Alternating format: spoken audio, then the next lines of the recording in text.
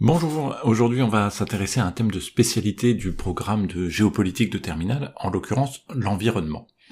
Alors pour commencer, on va essayer de définir ce terme. Pendant longtemps, l'homme parlait de la nature autour de lui comme un milieu, c'est-à-dire un ensemble de conditions naturelles ou physiques dans un écosystème. Par exemple un milieu montagnard, un milieu forestier, littoral, etc.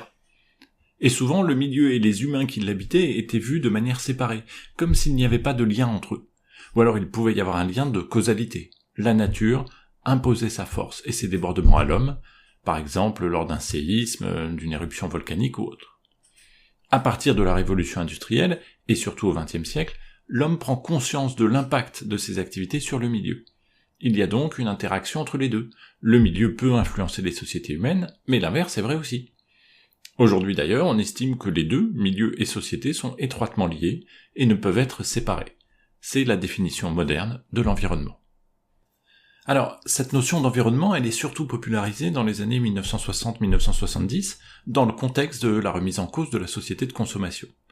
On va ainsi voir certaines figures de l'écologie émerger, notamment aux États-Unis, avec Rachel Carson par exemple, qui publie en 1962 Printemps silencieux, un ouvrage dans lequel elle dénonce l'usage des pesticides qui détruisent la biodiversité. On a aussi Paul Ehrlich, qui lui publie en 1968 La bombe P. C'est un livre dans lequel il s'inquiète d'une surpopulation mondiale alors que les ressources terrestres, elles, sont limitées. Et puis enfin, en 1972, on a le rapport Meadows, traduit en français sous le titre Les limites à la croissance, et qui insiste, lui, sur les conséquences environnementales négatives du mode de croissance économique de l'époque, qui, accessoirement, est toujours le même qu'aujourd'hui. On voit donc qu'assez tôt des voix s'élèvent au nom d'une certaine protection ou préservation de l'environnement.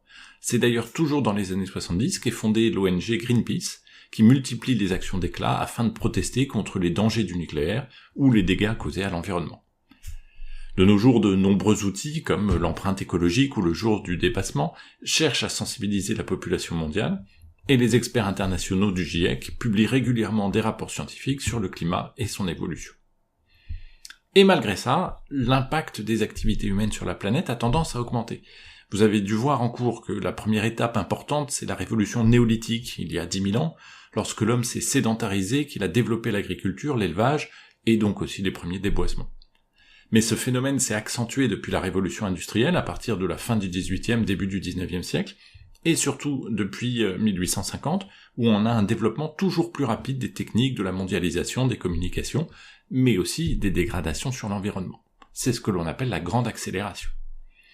À tel point que les scientifiques, même s'ils sont encore divisés sur la notion, ont inventé une nouvelle période géologique, l'Anthropocène, qui aurait commencé au XVIIIe et dans laquelle l'activité humaine serait désormais la contrainte géologique la plus forte, dominant toutes les forces géologiques ou naturelles qui pouvaient exister jusqu'à présent.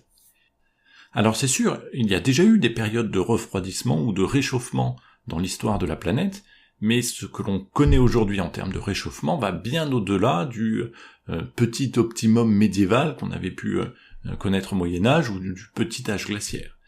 Et selon certains même, ça mène à un effondrement auquel il faudrait déjà se préparer pour mieux s'adapter, pour mieux rebondir, c'est la collapsologie. Il s'agit donc de trouver un moyen durable d'exploiter l'environnement tout en le préservant. Là aussi, un des modèles que vous avez dû voir en cours, c'est l'exemple de la forêt française, qui à l'époque de Colbert était en piteux état, elle était mal entretenue, il y avait une diminution de la superficie, elle était exploitée que par certains, bref, c'était à repenser. Et parce qu'il avait besoin de ressources en bois pour la marine et pour les bâtiments, Colbert a mis en place une ordonnance, un code forestier. Il aimait bien les codes, c'est lui qui avait fait le code noir sur l'esclavage.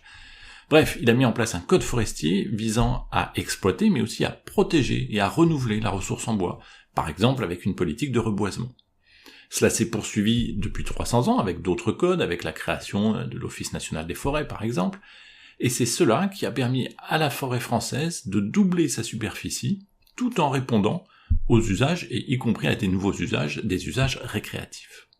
On le voit donc, pour faire face aux enjeux environnementaux, il va falloir trouver un équilibre entre exploitation et protection. Mais toute politique d'ampleur devra passer par une coopération entre les États, puisqu'il s'agit d'un phénomène mondial, même si, bien sûr, les territoires les plus menacés sont pas forcément les plus responsables du changement climatique.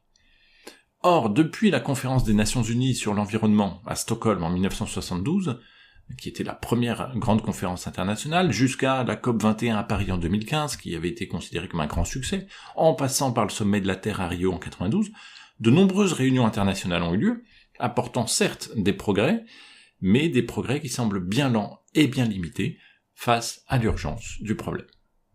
Voilà, en très résumé, les quelques grandes pistes de ce chapitre de spécialité, donc, sur l'environnement entre exploitation et protection. Merci.